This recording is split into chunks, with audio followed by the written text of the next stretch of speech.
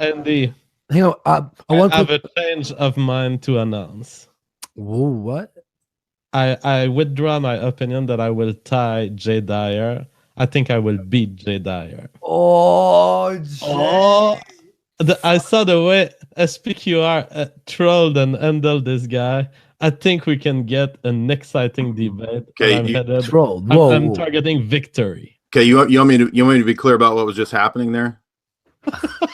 What was happening? Okay, I don't know who this woman is. I don't know. She seems to be a regular here. So I go easy when it's a situation where I don't know who this person is. No, just second time. Just second time. Okay, but no, when we have a debate, I will not go easy on you. Fam asks for $5. Thank you very much. Jay, do you believe in evolution and natural selection? I do not. You don't believe in evolution? No. What? Oh my! Come on, Jay. You don't believe in evolution? No. And let me say this. Let me say this. Even if I was not a theist, oh no, I would reject it just no. Don't say. Oh God. Solely on philosophical reasoning. What? How? How don't you believe in evolution? Well, to make it really quick, I would say that it boils down to a question of philosophy of science. And I think that most people understand evolution to mean adaptation, which I don't have a problem in the idea that species adapt to their environments. But when you talk about the transmutation of species, that's where I think there's a specific issue that is not provable. And so I think that I have every right to question that and to analyze it from a philosophical standpoint, namely in the fact that most of the time evolutionary theory is looking at specific examples of things, and it's not considering the fact that it also is trying to impose a grand narrative explanation of things. So that's the approach that I'm going to take to that. Wait, so you believe in species adapting to their environment, right? Mm-hmm. But that is a form of evolution. Well, that's why the term evolution is very loose and loaded and has been used in different ways. The idea of you were saying trans species. So no, transmutation of species, which is right. But wouldn't that just be a species adapting to their environment, but over the span of millions of years? So it's adapting slowly. Therefore, if you look at this point and this point, they look completely different because there's been a million different little touches throughout the millions of years. No. Get the Jay. Come on, man. Well, that's a whole other debate that I'm sure we can bring into the topic. But do we want to go down that road right now? Not right now, but I want to set this up. Yeah, please. It's the rape train of science. Hey, hang on. People are saying Andy learn how to debate. I'm not saying I want to debate this. I'm just saying I've heard enough about this and seen enough evidence of this to know that Jay is not. He's being ignorant on this topic. No, not true. Michael Polanyi. So there's this is one guy. This is one guy as an example from the Royal Society who gives a very lucid 100-page critique of the theory-laden approach to evolution, which most scientists, JF included, I would say, from what I understand at least, don't understand that their interpretations are theory-laden. They're not derived from brute factuality. They're interpretations, especially when it comes to things like homologies, right? And the idea of morphology. That's like semiotic interpretations of things that are pasted on. And that's why a lot of paleontology and this kind of stuff is a lot of guesswork. I'm not saying that there's no such thing as paleontology. I'm just saying that it also involves a lot of interpretation. And a scholar like Michael Polanyi, who's mainline Cambridge guy, he discusses how interpretation goes into the looking at what you were talking about with species. And you can't just hold up a book and go, see, Come on, JF. No, I'm not saying the book proves it. I'm saying that right now, because we're discussing, that's something that fair enough. Good reference. Today we're having barbecue. Today we're having barbecue. We're eating cheeseburgers. It's all fun. Tuesday will be the debate, so I will not comment on this. I will be waiting. Can we do a religion / evolution debate? So let me say this. JF. So my training is as a philosopher, and I'm not going to act like I have, your level of biological training, right? Yeah. I'm also going to say that I don't think that you have the philosophical analysis that I'm going to have. So I think it'll be a great debate, but I think we should specify whether it's specifically about like the idea or the possibility of creation, or whether it's specifically about theism. And I don't mind, and we can discuss both, but I want to see that either one of those could be a very long discussion. Yeah, I mean, the philosophy of blood sports is that no matter what we choose, I will be using elbows from the other subject that we didn't choose, but I will actually follow you on any restriction that you'd like to make on this subject. But it's what we call internet blood sports. It's a free-form debate where everything is allowed. Okay, Jay. Okay, I just want to. But I will not derive. I will not go on paths that are totally beside the subject that you initiate or that we choose. Okay. All right, Jay. Okay, so you believe in small adaptations in animals. So let's say this. And I think humans do too. This is why there's black people. All right. What if there are small adaptations to a species' dick, so that it changes so much that it doesn't fit into the vaginas of a part of its species? So then it just kills itself off because its dick is so big? So that there are some vaginas that are available in the local population, but there are other vaginas that are not anymore fit to welcome that penis. I know this problem from experience. Yeah, so I wanted to ask you. So say like a little mouse, right? It's in a certain area. Then this mouse travels up with its family like north into a colder area and starts living in the walls and shit. But because it's been there for thousands of years, the fur grows quicker and faster so it's adapting. It's slowly getting. I mean, I understand what the argument for the transmutation of species is. So I understand that it's a. Would you agree with that, or would you not agree with that? That a species that moves locations would slowly need to mutate itself over generations to be okay to stay in that environment. Yes. Evolution. That is evolution. Right, but it's even more. It's actually speciation, because these little changes, they end up making some species incompatible reproductively with the species that they used to share an ancestor with.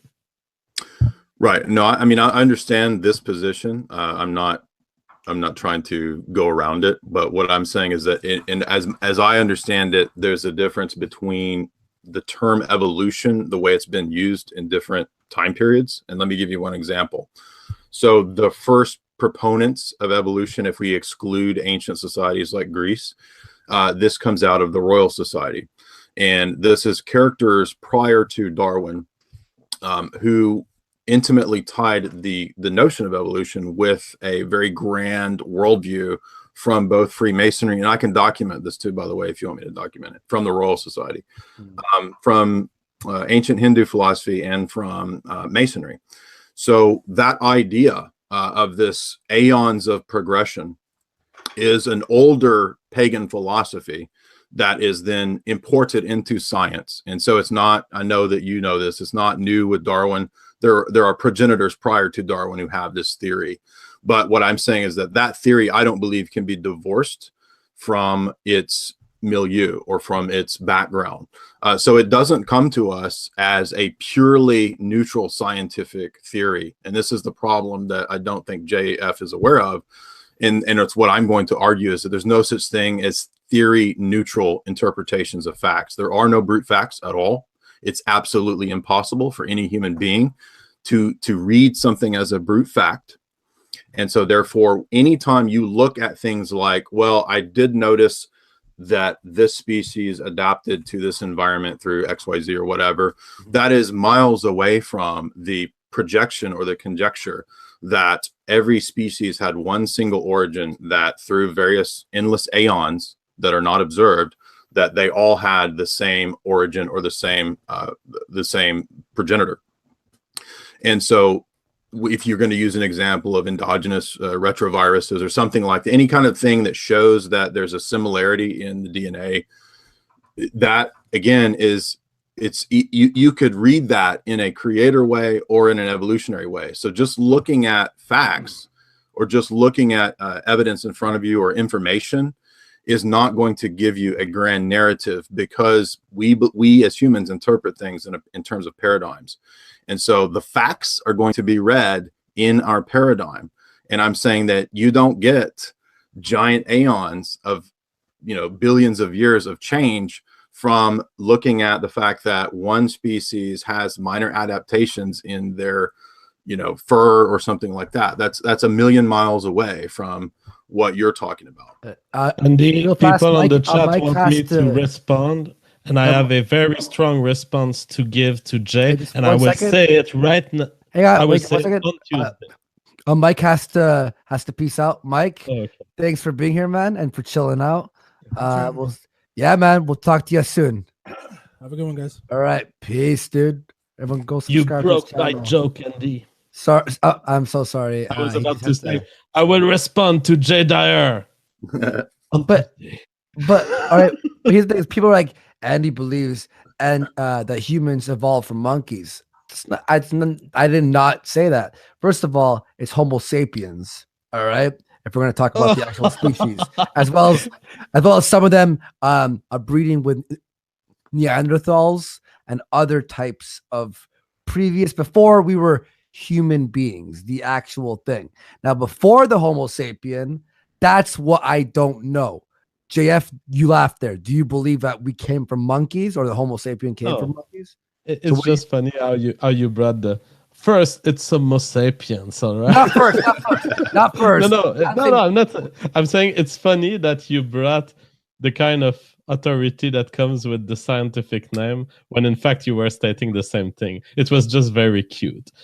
That being said, you are correct fundamentally. We do not descend from monkey. We descend from monkey-like creatures that we share. That is an ancestor to both monkeys and us. Well. So hang on. Yeah, there is some Neanderthal in Western Europe. The Neanderthal thing. Yeah. Someone in the chat was just like, no, and yes, there is. What I was saying was not monkeys like chimpanzees or anything like that. I was talking about, like the monkey-like creatures. So don't assume what I believe or what I don't believe, okay? I might not be the smartest fucking tool in the shed, but I know some shit, all right? Now, do you believe that, Jay, that we human beings came from the Homo sapiens? Have you observed a monkey-like creature that you think is evidence of this? Well, we do have fossils.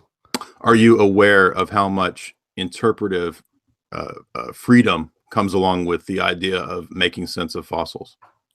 All right, JF. I'm out of the realm now. I'm out of my realm of. Let me give you one example. I see what you're saying. No, but because he's moving the goalpost there. He's moving the goalpost because he started with. Have you ever observed a monkey-like creature from which you could descend from? Yes. No. The nominated fossil corresponds to gives a good answer to your question. Now you're moving on to the interpretative nature of looking at fossils. But I did not deny that there's an interpretative nature to it. I didn't say that you did. All I said was that I'm going to argue that our paradigms are theory laden, and the way that we interpret evidence will always mean that it's theory laden. So you can't get from looking at, say you went to the university and you went to the paleontology section of the university and you looked at a bunch of fossils and you read, say, 50 papers on this. That does not get you to the grand narrative explanation that you want to have. And so what I asked him specifically was, have you empirically observed the thing that you are saying is this crucial monkey-like ancestor? And he is not going to be able to say that because it relies on things like paleontology, which, and I'm going to make a very strong claim here, there is a lot of interpretation that goes into that science that is speculative, and that's why we've seen many fakes and forgeries, such as Nebraska Man, such as Piltdown Man. Now, I'm not saying that all paleontology is fake or that it's false or that it means that there was not necessarily anything like a dinosaur. I'm not making that claim. I'm just saying that you can't get to a grand narrative from specific particular examples like that. And there are countless atheist philosophers and scientists who will admit that. Okay, so you agree with adaptation and the ability for species to change, to adapt, right? All right, to adapt. Now, again, over millions of years of tiny adaptations, that is what you're trying to like look at the science of breeding. You can have in a few generations, in a few hundred years, you can have pretty big changes in breeding within certain species. And that's what I'm saying evolution is. I don't know, like no, I know that, but you're going beyond that specific time frame and saying when did I say that? Okay, let me be clear. We believe that there are actual species that a thing has this. That's why you can't mate something outside of that species. Yeah. Andy, this guy is a ninja of nihilistic questioning. He's using doubt to torture you. I'm gonna squeeze him into a series of questioning on Tuesday in a Bloodsport arena against this guy. Give me this guy 2 hours. I will squeeze the truth out of this guy. All right, we have just real fast. Let me pound through a couple of super chats. Westreduction, $20. Oh, sorry, a resurrection, like resurrection, but West resurrection, $20. Jay, do you believe guys like McKenna and Huxley were governmental propped up by humanists? No validity to a stoned ape theory. Yes, in fact, I recently covered Terence Kenna. Hi, my name's Terence McKenna, and I've talked to the magic mushroom, and it told me that there should not be white people on the earth. Look up the video of Terence McKenna. Look up the video of Terence McKenna talking to the mushroom, and he says that the mushroom told him that there needs to be more brown people and less white people because white people pollute the earth. Terence Kenna is a total fraud and a total stooge. I don't believe in the stoned ape theory. I agree that it's a quite ridiculous theory. Yeah, like a bunch of apes smoking weed. Yeah. It's there's just no support for it, and the things that made us intelligent cannot be this useless thing that people who smoke drug do, which is staying on the couch. You cannot even get evolution to select for that. So, like apes were just smoking a bunch of weed or taking shrooms, and they were like, "Wait a second." Hey, JF, real quick. So you've talked some smack here, some WWF SmackDown. So, and I'm not trying to be mean. I'm curious. Have you studied any philosophy or philosophy of science? Just out of curiosity. Yeah, I read Loki. Loki? He's making fun of Loki. me. He's making fun of me. L-O-C-K-A. C-K-E. Loki. L-O-K-I, you mean? Oh, John Locke. I read the entire thing. Yeah. I said Loki once, and you're saying you read John Locke's treatise on government? Is that what you're saying? Yep. Okay. And so this is your approach to philosophy, or are you trying to toy with me? No, it's just that your question was similar to what a previous guest has asked, which is, have you even read Locke? No, I didn't mean it. Oh, I see. So I was just trolling back. I see. No, the only reason I'm asking is because I want to know how to speak my position more clearly. Okay. Is all. So if you want my view on knowledge, I adhere to coherentism. I do too. Okay. So that's pretty much my take on knowledge. The Do I have a strong reading in the subject? No, but I have a self-built philosophy, I would say, that has resisted every attempt at getting destroyed. So I can't wait to be challenged, but ultimately I cannot give you hints because I hold it in my brain. Although you can question me, but I will not answer by references and by books. You have to test my philosophical system through question to me.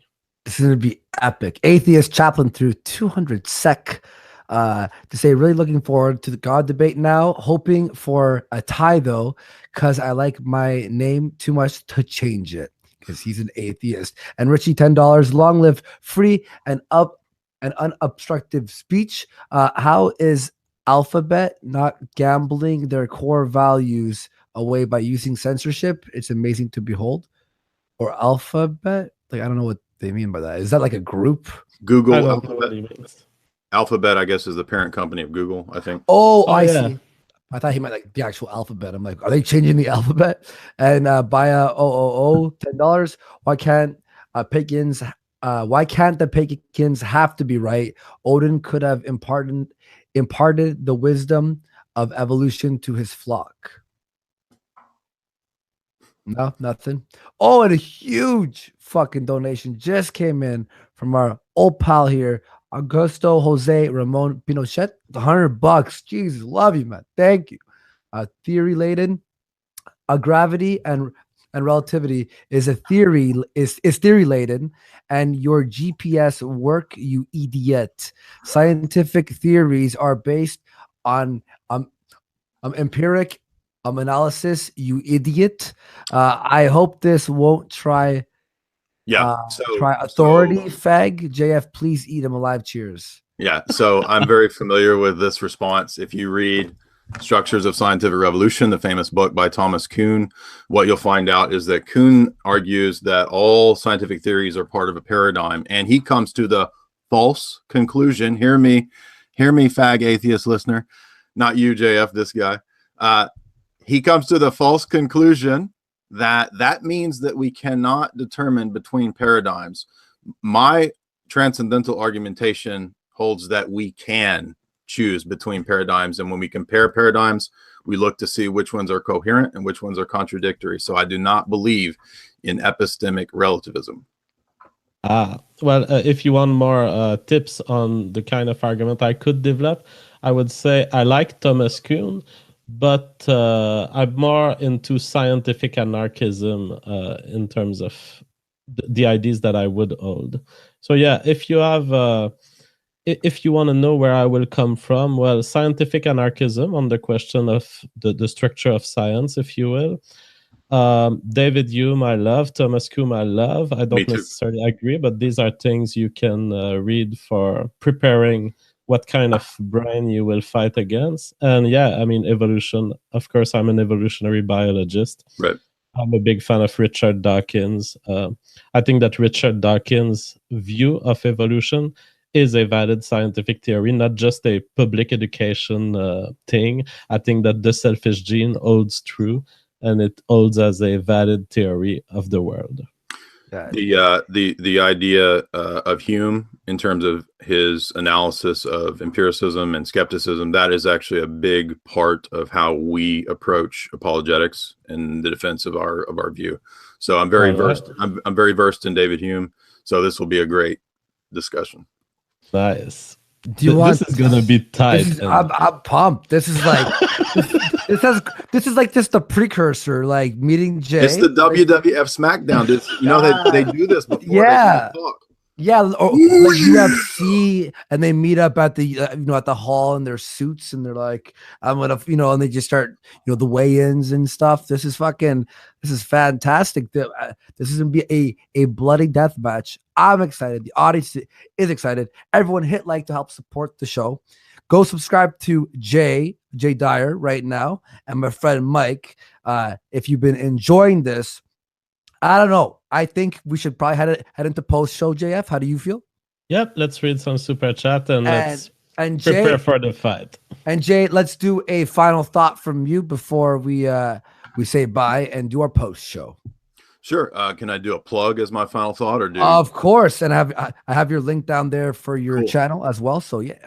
Okay, so if anybody's interested in my book, it actually deals with philosophy in film. It comes from a very wide perspective of geopolitics, of espionage, of literary theory, tied into big movies. You can get that book at my website. There's a link there. And subscribe to me on YouTube. And you can also watch my TV show that we discussed in the first hour, Hollywood Decoded, which is available at Gaia TV. Beautiful, man. Yeah. And it was great to have you on. I'm honored, man. Thank you guys. Yeah. And so we're going to, we have already set this for, I think you were saying 7 p.m. JF? 7 p.m. works, I guess. Yeah. All right. March 6th. That's next week on Tuesday. 7 Eastern? 7 Eastern. Okay. And Bloody Match, I'll be promoting it all over my Twitter. Jay, it was really nice to meet you, and we'll see you then. All right, thank you guys. Thank you, Jay. Peace out. That's great. And we got Thursday. Here, I'll just do a little. I'll help him out there a little bit. All right. So I've never been as excited for a debate. Oh, this guy. I'm glad it's not just. This guy is a fucking ninja. When he said evolution. I'm like, he believes in adaptation, but not evolution. I'm like, oh, fucking talk about that shit. Fuck the religion thing for now. See, that's the difference between you and I know that he's trying to fish you, and you bite on the fish. When he does these provocative statements, you have to be extremely defensive. This guy is dangerous. That's why he's trying to get you to state something. Well, that's why I have Papa JF here. Well, yeah, but even Papa JF will remain calm in front of the tempting fish to bite. Papa JF knows that what this guy wants you to do, he wants you to state stuff, and then he's gonna question it with his nihilistic ninja shurikens. Oh, so he's one of them. I'm gonna be low profile, Andy. I'm gonna be like the heel you cannot catch. Okay, we got, and then we cut. So Thursday. Big show. We're not going to do a show until Thursday. I'll be promoting it all over Twitter. I'll be on Kumite tomorrow morning. Everyone go subscribe to Tonkasa. Fun show in the morning, 11 a.m. Eastern. It starts. I'll be there tomorrow and Wednesday, just chilling out like I always do. But Thursday, 7 p.m. Eastern, Halsey versus David Duke. And they're both bringing some partners. This is gonna be bloody as fuck. Yo, fucking. Oh my fucking god! Halsey, I can't believe we have this week in front of us. I cannot believe it. And then Sunday, that's the 4th. Maybe we'll do a call-in show between Fridays on Friday or Saturday. Just interact with the audience, see what they thought about the Halsey debate. Prepare for the Sunday, which is a We Was Kangs person versus. Sorry, let me just grab her name right now. Weibo Jones. Have you ever heard of Weibo Jones? No, but I'll do research. A fantastic girl, makes videos, a lot of videos. She's great. Has been challenged by a We Was Kangs person to do the show on our platform. Sunday, 7 p.m. Eastern.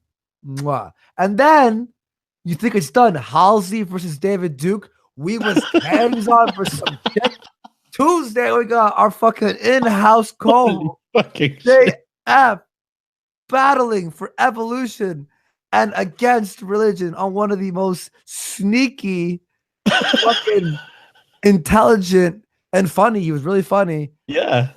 Fucking Jay Dyer.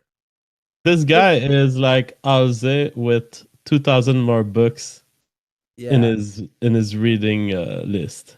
Yeah, and I also spoke to what's his face, Mr. Jim Mediker, Mr. Mediker, and I invited him on the show because no one's really talked about his political positions. And I was like, what if me and JF ask you all about your political positions, and he's down to do it. So whenever you think we have a good, maybe instead of the call-in show, we have Jim on. Holy shit. So Halsey versus David. This will be the most condensed week ever. Let's do it, everyone. That's what we're going to be doing.